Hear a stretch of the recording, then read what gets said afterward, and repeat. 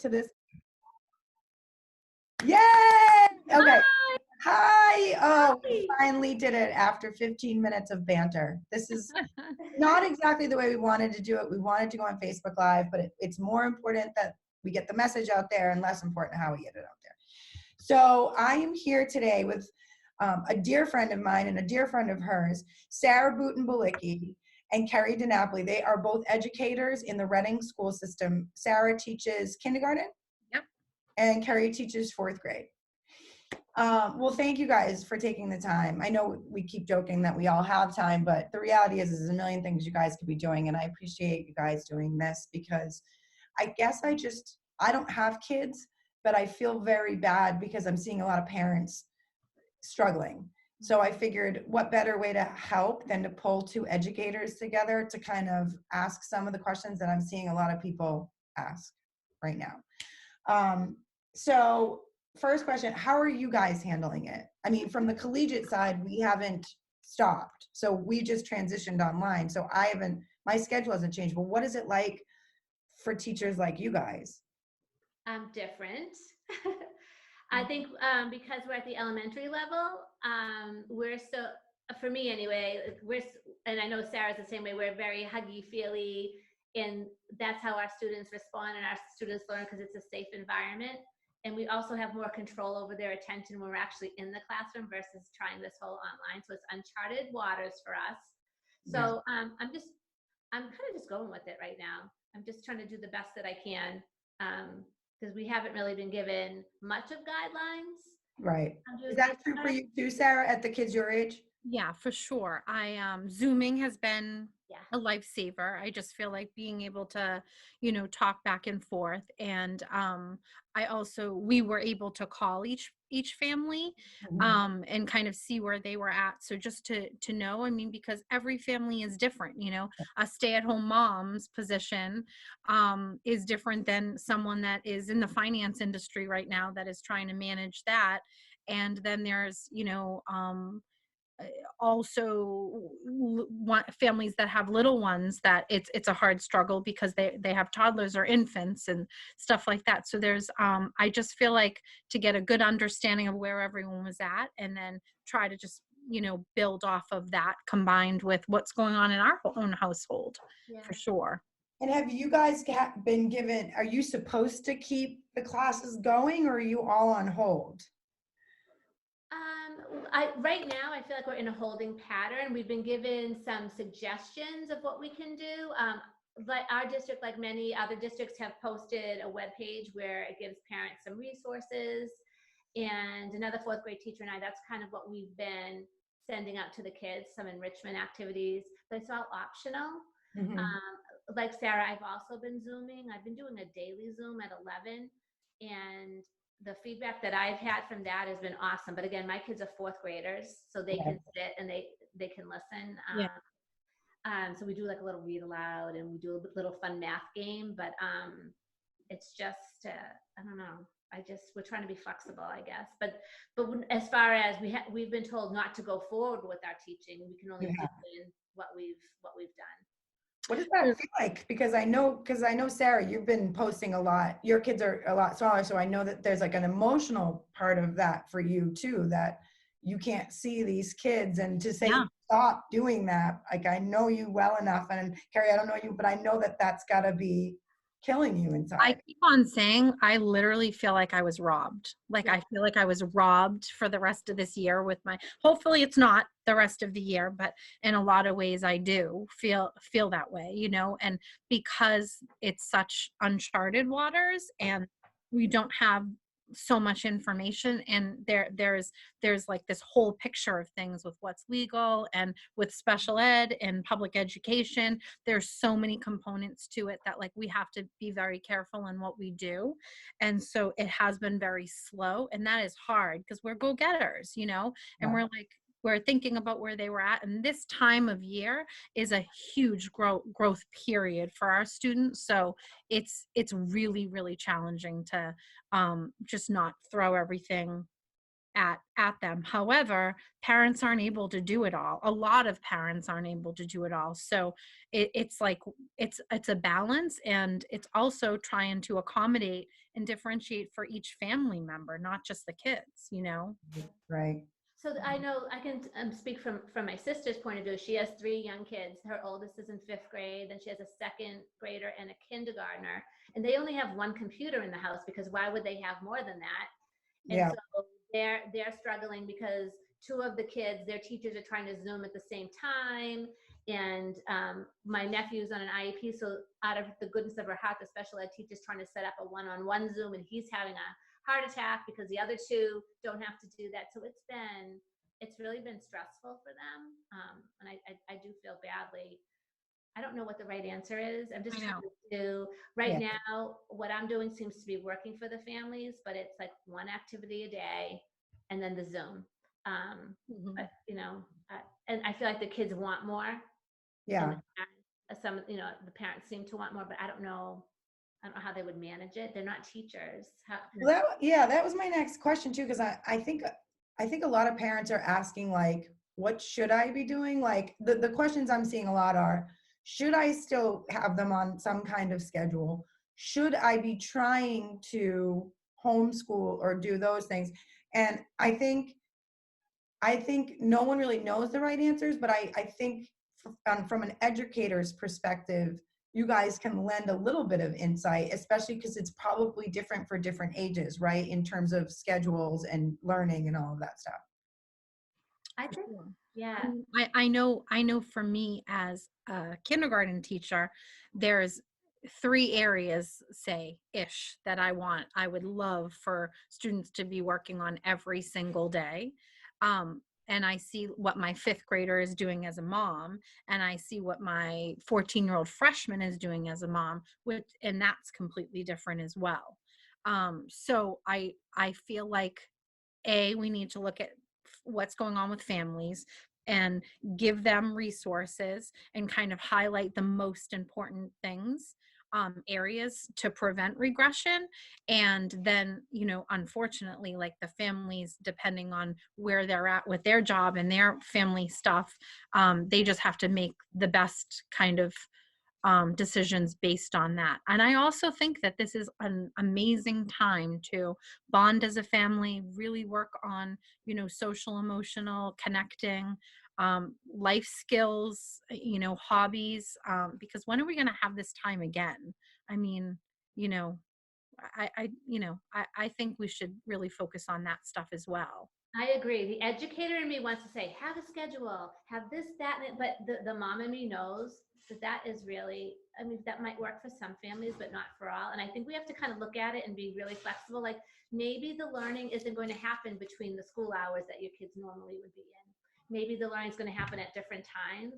I would say, I know for me, the one thing that I would make sure that is that there is just some sort of reading happening, whether you're reading as a family or whether your child's on an Audible book, just something that is keeping their interest and mind going. But that's going to depend on where families are too. Not everybody can access that. I think you just have to do right now what's best for your family, Yeah. and take advantage of these enrichment activities if you can. Like we can't force kids to do them. I know, like in my head, I have 2 little friends that I'm really worried about that haven't participated in anything.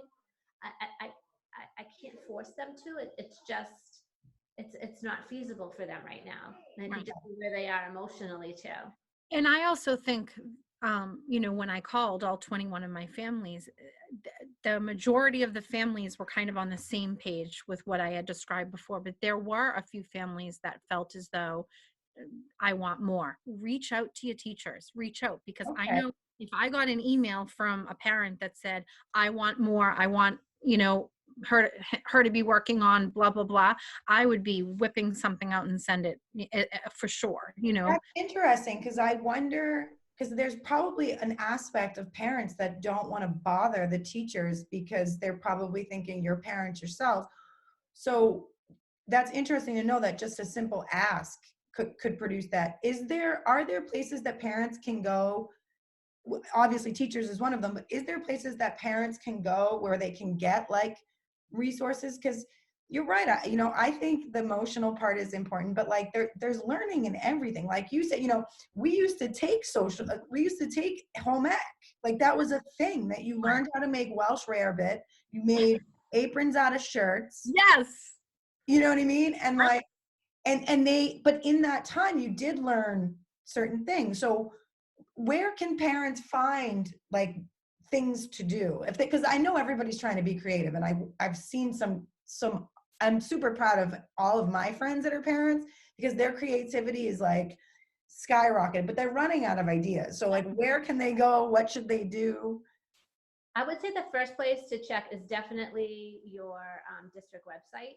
I think most districts in Massachusetts have a bunch of really great activities and websites there that you can start exploring a little bit. The other thing that I'm noticing is on YouTube, there are a lot of teachers putting out some super creative ideas. So it could be, and that's sometimes where I get some of the activities that I send my kids, like build a house Yeah. out of and so I'm sending things like that. But YouTube's a great place to look. I think even Facebook, some teachers are posting some awesome things on Facebook. Yeah, there's a lot. I was just going to say YouTube. I think Googling it, definitely start with whatever the district sent you, because I know our district sent a wealth of resources at each grade level. And I think a lot of people are overwhelmed, but I also think even if you go and you pick one new thing a week, it's not like, let me start all of this. Get a few things in place and change it up and kind of add one more thing every week or something. Well, I got resources again, like I teach at a college level, but I went back and I did exactly what you guys said, because I got to get these kids to the end too. And even though they're 22, like they might be harder to motivate. These kids are like under a blanket. They don't want to. So I went back and I actually found like escape rooms and games that early education teachers were using that I could then adapt at the college level. So I think you're right. I think even just Googling and go YouTube alone, I think you're right. I think that, there's all kinds of games. Like you could probably Google nature lesson. Yep. And there's some teacher that's put that together. Yeah, and they're really good. I have to say, I mean, some of them you have to go through a little bit, but the ones that I've been seeing are really really great ideas. It doesn't take much and doesn't take many materials. It's just using what's around your house. I also think too, the Zoom has been a lifesaver, like Sarah said. So even if parents wanted to create little Zoom experiences for their kids, and they could, like I know with myself, with my daughter, we're doing a book club with her friends. And so it's a great idea. Yeah, so like they were all like, oh, we don't want to do it. This is high school, but they're into it. It's their routine. We meet Mondays and Fridays. Some of them have the Audible version, but I think anything like that you could create, like your own Zoom maybe, or maybe you're a parent and your kids can do it if they're older. So my fourth graders, they're making videos, how to teach videos, and they're submitting them to me, and then I'm putting it out there for the other kids, like learn how to make a paper house. And so it's awesome. Yeah, that's actually a great idea. One of my students wanted to, at Zoom today, she wanted to read her favorite book about penguins, which was like 36 pages. Well, I'm not sure. But then someone else said, I have a book. I said, let's do this. Have your grown-up video you reading the book to your friends, send it to me and I'll send it to your friends. Another resource that they can, be doing. I also really feel like, kind of changing the subject, getting them exercise is just key. I know you had said that your neighbor was out in the yard doing that, and every day that it's going to be super nice, I sometimes will say, let's hold off and do, because Livy, my fifth grader, is very fortunate that she's getting a lot from her fifth grade, but some days we don't get to everything, and I say, why don't we do that on a rainy day so that she can just be out on the trampoline, riding her bike, doing tumbling, just to get moving, because that's going to help their, mental health as well. Yeah. Endorphins for sure, Sarah, because I'm noticing on some days, like my 15-year-old just hasn't even gotten out of the house. I'm like, you got to get outside and get some sunshine. These days are a little tricky, but I'm still going to make her. It's only rain, it's only water. You know what's so funny? I actually just, going back to, not to jump around, but I started thinking, Sarah, you're talking about she wanted to read her book about penguins. I know, like, the aquarium and like the MFA are doing stuff. So that would be a cool way to kind of like work it in. Like there's a little bit of schoolwork, but then you kind of take it a little bit step further. 100%. And that's what I did. Like I read this nonfiction book about monkeys today. And then I told them how they could learn how to draw a monkey through directed drawing. And then I said, I wonder if you could, find out some facts about monkeys that weren't in the book. Just, it's fun Yeah. for them. It's engaging and their brains working, which is what we want. Yeah. Yeah. At the 4th grade level, the same type of things. Yeah. Super cute. So the kids will read a book, listen to a book online. So this week is all about geography. So everything's based around geography. And then we gave them little assignments like measure the rivers of the United States using the scale on this map. So it's been, and then learn about the Amazon River. So it's been fun activities that you don't really get to do when you're actually in the classroom. Yeah. How many of the kids are doing it? I think that's a good idea too, is being able to, I mean, kids are going to use YouTube now. You can't keep them from doing it. And it's such a wealth of knowledge that I almost like the way that you guys, I call it closing the gap when I teach the college kids, because I always bring in a real life person that kind of shows them how it ends.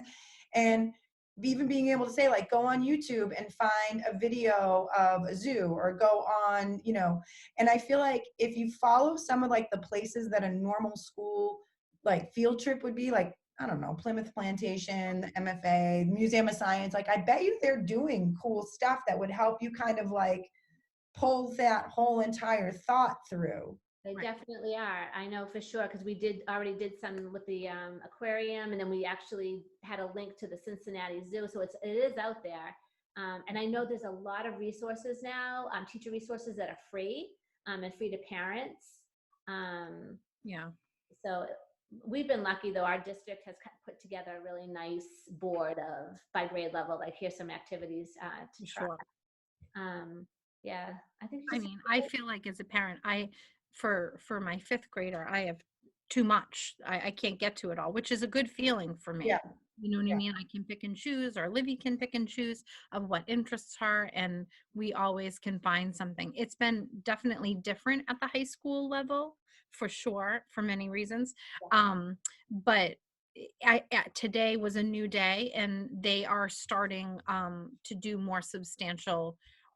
It's optional still, but there's more coming out, which is good, because teenagers want to sleep till 11, and fight it a little bit more than an elementary school child, for sure. So I have a question, Sarah, that because I'm wondering, I think there's definitely going to be a shift, and I think it will happen probably after April. I got a phone call from my district that I live in, and they said that after April 6th, there will be teaching happening, and they're letting parents know that they're getting things ready. So I feel like that's coming our way too. I'm just worried about the kids that you can't get to participate. Like how is a parent going to be, and everybody could be like, oh, it's a parenting style or but we know our clientele. There are some kids that you're just not going to be able to get to participate. What are we going to do about those kiddos? Well, I think that, if I think about that, and I think about some special ed students, that it's going to be challenging. Our job is just going to be, when we do go back, that's what we're trained to do. We're trained to meet them where they're at, to differentiate. It's not ideal. I mean, what is in all this? Yeah. But I agree. I think we need to kind of put our brains together and try our best to think of ways that we can pull those those students in the best we can, because we're going to have to be working around this pause in learning for a couple years as educators, for sure. Yeah. I mean, and I'm even seeing it in the grown, in the grown kids, is like, but I think that that's important, that parents, no matter how old your kid is, if your kid's in kindergarten or college, they know that it's something that's affecting us on the back end, so much so that we will, like, not to worry. We will do it. We're trained to do it, because I know you've been big on that, Sarah, is making sure parents understand, like, we'll do everything we can so that your kid does not fall behind. Right. And everybody's in the same boat. Right. And right now there's really, you're not going to be able to give your kid that competitive edge, through this, we're in the same boat. We're teachers, we're dedicated, we're going to do our best. Like you Right. said, Sarah, I loved your answer. Like when we come back, like that's our job. Like that's what we're trained for. Right. So, Right. And one parent, when I was checking in with them the other day, she said, do you think my child needs to stay back? And I said, no, that's not what we're looking at. And I just, kind of what I just said, there are students that go into first grade that are just where your child is at right this moment. So it our job is to meet them and bring them up to the next level. And could they have gotten a little bit higher in skill level or learned more knowledge? For sure. But I mean, this is where we're at. We're going to enrich. Hopefully, we're going to be able to do a little bit more, but we have to do it right. And, this is new. So we have to put time into understanding how to do it right. Yeah. And is teaching online new to so this isn't something that the lower level education, they haven't incorporated this. Like none of you guys have taught online yet? No. No, just through Google Classroom, and they're not even calling it online. They're calling it like distance learning. There's a Different. definitive difference. Yeah, no, just like Google, we in the 4th and 5th grade, we have been using Google Classroom for the past few years, but not really like online learning. So they have some familiarity with it, but not to this extent, obviously. Yeah. Cause that's the one thing I will say is like, I've been kind of just because of my job, I've taught online before and I feel because if it's going to take a whole lot of training on your end too, but it doesn't sound like you guys are afraid of it or not welcome to it. And I think that's what parents need to feel good about. Like, hey, listen, we're all going to do it. We'll figure out how to do it. We'll do it. It'll be great. And we won't miss a beat. And if we do miss a beat, everybody's missing a beat. Yeah. So that's the important thing. I'd like to go back to something when you guys were talking about the exercising and the going outside. I'm seeing a lot of friends with younger kids starting to have fear and anxiety and dreams and talking about things like death and sickness and how do you think parents should be talking to kids about the anxiety or how should they be dealing with that if it's something that's new? I think you have to know your child, and I think you have to use that as kind of your guide. If your child's super anxious, I would probably avoid the whole. I would definitely have a talk about it, but I think reassuring that everyone in our family is healthy. We don't have nobody's compensated, so it's just like getting the flu. I think you just have to know your kids and developmentally where they are.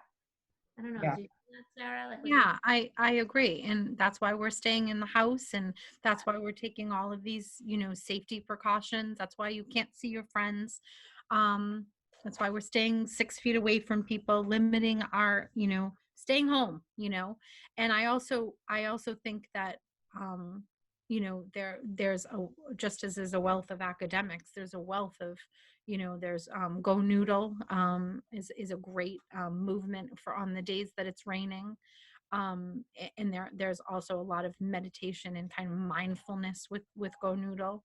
Um, I think just everything online with the yoga and the exercise, I would push that because that will help all of that, and just you're safe and you're calm and just really seeing you being try to present that you're okay and you know what you're doing, and as a parent, because they look to you, and if you can put off that, then they will get a little bit more calm. It's hard though. I think we're all nervous and anxious right now. Of course. And like I said, I don't have kids, so but my husband and I feed off each other. I can't imagine what it's like with a 5, 6-year-old, 4-year-old who doesn't quite understand their emotions to begin with. Are any of the school systems making like the school counselors or anything like that available for like Zoom sessions or anything? I know at the high school level, they checked in with all the high school kids. I don't know what we're doing in terms of the elementary. I mean, we have such good relationships with our kids because it's like a classroom, Yeah. No, but I do know when we did have to go through our call list, that was one of the things that we did have to ask was about, their social and emotional well-being and where they were, and we had to make a little note. So I'm thinking that was the way to kind of red flag kids that might need to reach out. I don't know. Yeah. Yeah.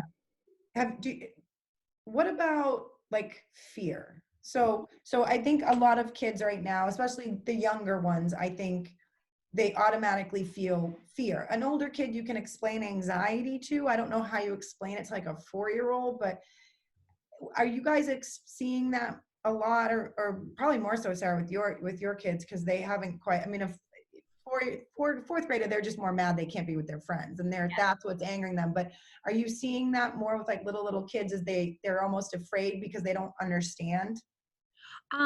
You know, when I touch base with my families, there were a few that were kind of nervous and upset about it, but it wasn't students I was surprised about, because I think that's just their temperament in general.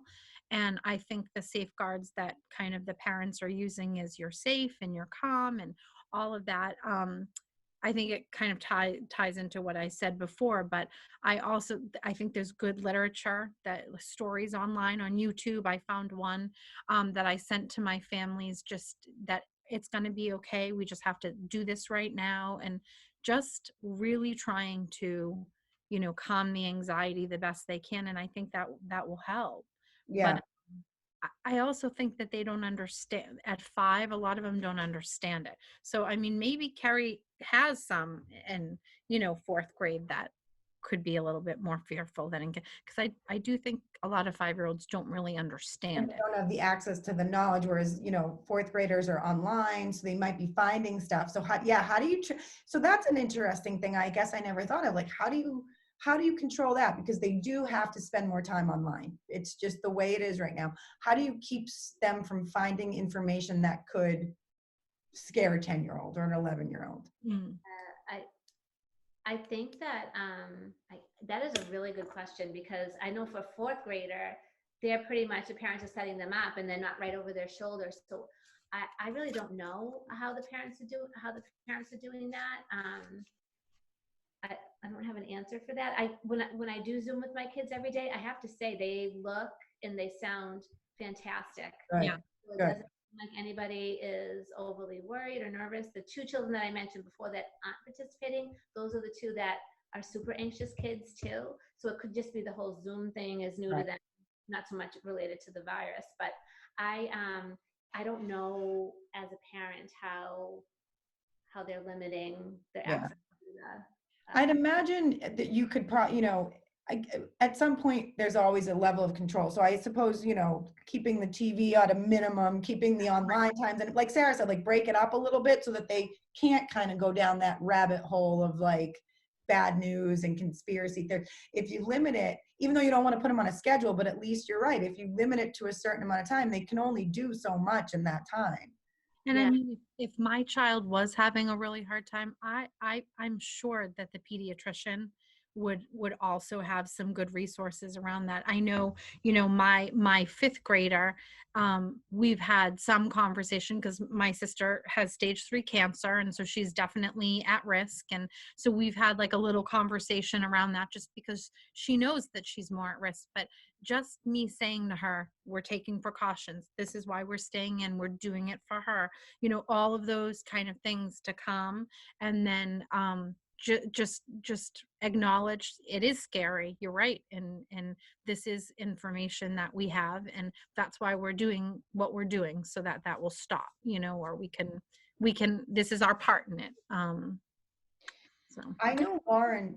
control right now, I think, is what it is. You only, I think, use your parent on a button when you need. And I'm sure some kids at a certain age are gonna look for it because that's just like their nature. But I'm sure some kids are like, they just want to do fun things, as they're bored, so they just want to do fun things.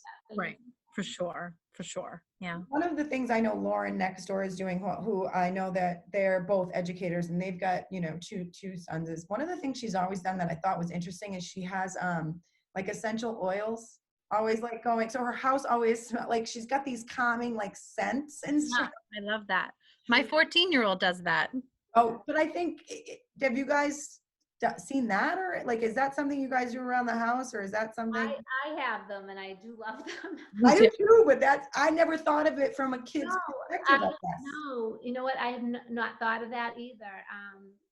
But that's a great idea. And I think the whole thing too, I think the whole mindfulness thing is a huge piece. And I think that we downplay that a lot, but I think that if anything, maybe we could build some time into the day where the kids could just have a minute and reflect and just be quiet and let their thoughts but I really do believe in that whole mindfulness piece. I do too. I know that it helps my 14-year-old big time with like sleep issues. Sometimes she can have a hard time going to bed at night. And it has helped her. Our school nurse puts it on, and every time I go in there, I'm like, Yeah.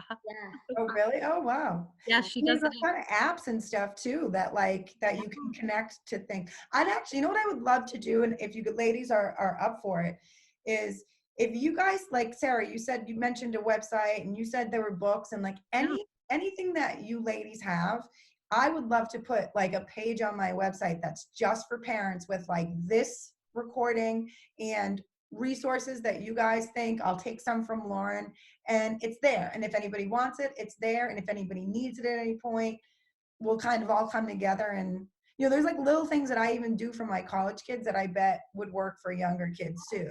Yeah, I'm sure. Yeah, absolutely. Anything we could do to help, absolutely. Yeah. All right. Well, listen, I'll let you ladies get to your day. I know you guys are busy, and I appreciate you taking the time. And I hope that this will help at least a couple of parents that are starting to struggle a little bit.